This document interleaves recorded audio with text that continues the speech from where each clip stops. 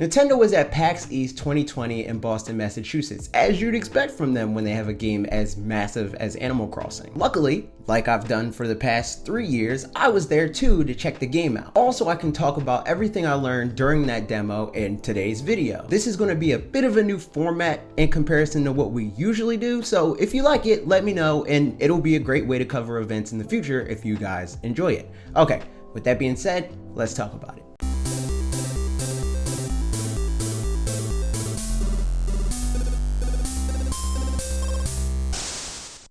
I want to begin by saying, while I've been to a decent amount of gaming conventions, this is the first one I went to where Nintendo focused in on one game with the themed booth. So I want to spend a little bit talking about that specifically. For an Animal Crossing fan, hell, a fan of Nintendo's visual language, the booth was incredible. I'd expect pretty much any entertainment company to replicate basic things like the 3D animated trees, but I wouldn't expect them to be able to emulate the look of things like the water in the world as well as Nintendo did here. They had most of the characters you'd expect to see there, except for Blathers, which I feel was a missed opportunity for a reason I'll get to once we get to gameplay. They even had a fishing rod and a DIY crafting table, which was neat. There was also a cool Isabelle pin, which I unfortunately didn't get a chance to grab, and an Animal Crossing tote bag, which I did get since they were handed out right after finishing the demo, and I feel like that's a good transition into the gameplay. The format for the demo station was a taste of the main game a few hours into a save in local multiplayer with a Nintendo rep and 3 other people per Switch. In my session, I was paired with my friends Dan from That Cyber channel and Alyssa from Alyssa Be Crazy on Twitch and YouTube. Bob from the Wolf Den was there and somehow got in before us despite getting to the convention center after us. That was also fun. So wait, you were behind me in the line. Yeah, we don't know how that happened. I don't get it. Did you play after me? Yes. Yeah. Yes. But you got there way early. Yes, I understand. I got right in, it was great. Playing through the demo with the group that I did was an interesting experience to say the least, because we had a bit of a gradient in the amount of experience with the franchise each of us had. I've never played Animal Crossing before in my life. Never in my life. I've never actually played Animal Crossing. I've heard a lot about it. People tell me all the time how much I would love it, and I'm like, I know, but if I play it and I get into it, then that's my life. I've played the GameCube one, and that's about it. I played a little bit of the GameCube one, a little bit of the Wii one, and I played like a lot of new ones. Right. This meant that out of our group, I was essentially the Animal Crossing evangelist, having had the most experience out of all of us. Even so, even I was confused as to how Nintendo planned to make an Animal Crossing demo worthwhile from a coverage perspective, or even from a consumer perspective outside of pre-existing superfans. It is interesting just because it's like not, I mean, we were talking about this. It's not the best game to demo. It's almost like if somebody gave me a budget to decorate your apartment, right? Where it's like, there's nothing that I'm like, I always wanted this thing for me, but I want it for Bob now, you know, like, so like buying stuff, like our rep, I don't know if your rep asked you this, but our rep was like, hey, like, we can craft stuff. What do you want to craft? She was like, oh no, so let's just like craft something normal. So Dan was like, let's do the orange end table or whatever.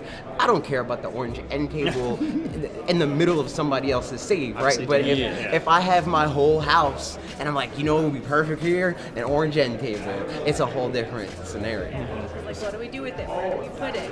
I don't know. Like, this isn't mine. Like, you don't really have a say over what to do with it, you know? But I did end up walking away with a few key takeaways from the demo that I, at best, only had suspicions of before actually playing the demo. The first of which being, I now have hands-on experience with how exactly local multiplayer works. It definitely has some pros, but probably more cons in the grand scheme of things, and that would probably hold true regardless of if you're an Animal Crossing veteran or new to the series altogether. There is one distinct pro to how local multiplayer works, and that's how seamless it is to turn it on and off and switch between leaders, but it's mostly cons if I'm being honest with you. So this demo was all multiplayer. They did that with Pokemon Let's Go too. They made it a multiplayer demo at E3. Like, you got to play with another person. But I never played Let's Go like that. Yeah. And I'm never gonna play Animal Crossing like this. And it's kind of super annoying that you play with other people and they can't collect stuff. They're just running around. So when I was playing the demo, when I wasn't in control, I was just running around in circles because there's nothing else to do. It's like playing with 3 older brothers. Yeah. That's the problem. It's like Yes. playing Sonic 2 and everybody else is Tails. Yeah. Yeah. Because you just, like when I was in control, I was beelining it around because I was just trying to see as much as possible, and everybody didn't know where the run button was. So they were just blipping into my game every time I like got them off screen. Yeah. You definitely feel more like an observer. Yeah, I mean, and I would say it's even more hands-off than Tails, because like Sonic 3, Tails can be useful. It's like, I don't want to do this. Fly me over all of this crap. Yeah. Well, I But mean, you it's, can't in really Sonic do 2, Tails fought the boss for you, and you sat That's in that corner true. and avoided That's everything. also true. Yeah, I feel like the reason they nothing did the multiplayer demo instead of just regular one, other than just getting more people in there faster, because I mean that's useful. It seems to me maybe that like then this is something like people aren't maybe going to be talking about as much normally as they would I feel want like people it's more to. of an experience. And like they know everybody's going to buy Animal Crossing for single player stuff anyway, so this is like maybe this can like generate some more hype. It is cool that you can cut back and forth between people. Like, Yeah. like Yeah. be like, okay, you're in control now, and then they can do their thing. Because like in our demo, when I was in control, I chopped a lot of wood and then pocketed a lot of wood. And then we went to go build the ladder, and somebody else was in control. And it said they had no wood. And I was like, wait, but I have a bunch of wood because I chopped a bunch of wood when I was in control. So they made me in control again. Then I went back and I crafted the ladder. And then I ran around and freaking climbed as much crap as I could Right. to try to get as far as I could. If you're not in control, you still get to chop trees and stuff, right? Yeah. I think Well, You just can't collect the... I think you can knock the wood out of the trees, but you can't like chop them all the way down. Is what Right, it sounds right. like. Those kinds of limitations where like you can't really mess with the terrain in the world. You can make things happen for other people, but not like actually be in control of things. By far, the biggest thing for me in this demo had to be the museum. To be fair, it more or less operates the same as it always has as far as the core function goes in past games. However, the experience feels a lot better realized than it did in past games. So a lot of this, I was telling Parker before that this feels like they're going along the same line of thought that they went with Breath of the Wild and Mario Odyssey and like all those games where it's like, it's the thing you love, but grander and bigger, you know? So it's like a lot of the Animal Crossing stuff that you did in this game, it's stuff that you did in older games, but it was just worse. And like, you know, like smaller ways or whatever. Like Museum, where there's like different sections. It's like that in other Animal Crossing games, but it's like, basically different rooms that have like small tables. They're like, this is a fossil, you know, use suspension of disbelief or whatever, right? Like, just tell yourself that it's a fossil. But in this game, it's like, no, you're really going through this museum, and there's an aquarium, and there's sharks, and there's the football fish. The museum was a big deal to a lot of people when they announced the museum. Everybody's like, wow! As somebody who had never played Animal Crossing, I'm excited about it now even more than I was before, just because of the museum and seeing all the things that you can collect, because I have the annoying tendency to 100% everything. So I'm going to be spending a lot of time just collecting everything I can collect.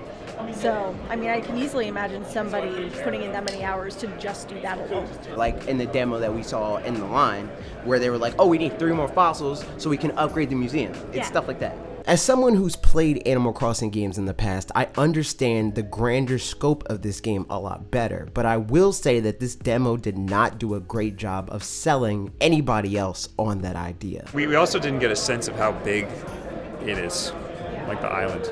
Yeah, right. It felt very small, but again, it's a demo, so I don't know. Yeah, that's something I've been wondering about, worried about sort of for a while, is just looking at the map, like, it feels like a tiny map. Yeah. Maybe that's just normal in Animal Crossing, I don't think know. the map is definitely like much bigger than other Animal Crossing games because of the leveling, like the whole thing of like, you know, building the stairs and doing all that Like stuff. I beelined it up like the mountain as much as possible, and then you only go up like 3 levels. Yeah. And then I went all the way down, and then I was like, that's it. I think in this sense, it's less Breath of the Wild, more Mario Odyssey. Right, Like yeah. it's more about like quality over quantity. It's Yeah. like the island's not huge, but the amount of things that you can do on the island is. If nothing else, this demo did give me the opportunity to try to sell Animal Crossing on my friends a little bit more with the perspective of having playing it. Because the fun of it is like, you know, like crafting your island. I'm making this thing where I got here and all I had was a tent and a 40 bell debt to this raccoon man. And now I have a house with multiple rooms. Yeah. It's it's like how Minecraft is, like how we got to the point where we're like, all right, today is all about going to the nether, dude. We're going to do everything that we need to do to get to the nether. That's what Animal Crossing is. It's like, I want to do X, and I'm going to do all these things to get to X, and that's going to be great, because X is going to feel great, because I worked for it, man. It was my hard-earned work. I got the bells. I paid off the raccoon. I can live my life. Other than that, we got brief glimpses of new things like the emote system, as well as a look at a variety of outfits for the playable villagers in the game, which brings me to some additional insight on the customization feature in the game that were highlighted in tweets from the official Animal Crossing Twitter account over the weekend. These tweets confirm that the beginning of the game will include 8 different hairstyles, 26 different eye types, 3 nose types, 4 mouth types, 3 blush options, and 8 skin tones. More will be available as you progress through the game, and despite not knowing exactly how many we'll ultimately have available, it's good to know what we'll be able to start with. They also confirm that your appearance can be changed relatively easily by interacting with mirrors in your house, so if you make a questionable decision in the character creation process, you can always redo it, and that's good to know. But those are my thoughts. What did you think? Did anything I talked about for this PAX 2020 demo teach you anything that you didn't know about Animal Crossing yet? Do you have any other specific questions that I didn't cover in enough detail for you? Let me know that and more in the comments down below, and we can discuss it on this weekend's episode of our podcast Directly to You, where we go through the comments of our videos that you guys leave and talk about them.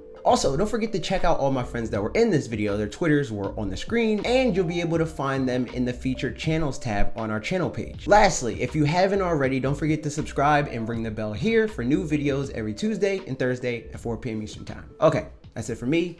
See you next week.